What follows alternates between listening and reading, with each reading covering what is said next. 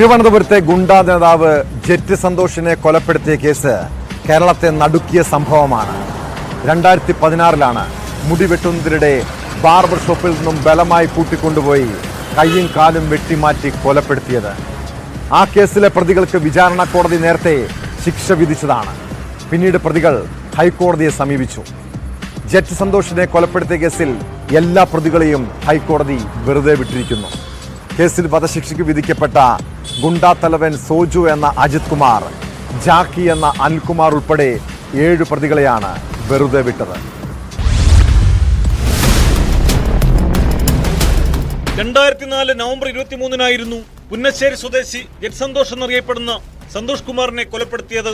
മുടിവെട്ടുന്നതിനിടെ barber ഷോപ്പിൽ നിന്ന് ബലമായി കൊണ്ടുപോയി കൈയും കാലും വെട്ടിമാറ്റി കൊലപ്പെടുത്തിയെന്നാണ് കേസ്.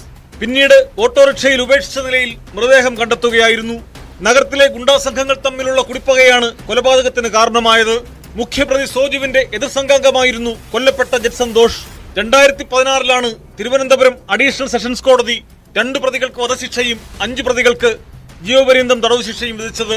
പിന്നീട് വിചാരണ കോടതി വിധിക്കെതിരെ പ്രതികൾ ഹൈക്കോടതിയെ സമീപിച്ചു. ഈ ഹർജി പരിഗണിച്ചാണ് ഗുണ്ടാ തലവൻ അമ്മയ്ക്കൊരു മകൻ സോജു എന്ന അജിത് കുമാർ, ജാക്കി എന്ന അനിൽകുമാർ ഉൾപ്പെടെ 7 പ്രതികളെ വെറുതെ വിട്ടത്.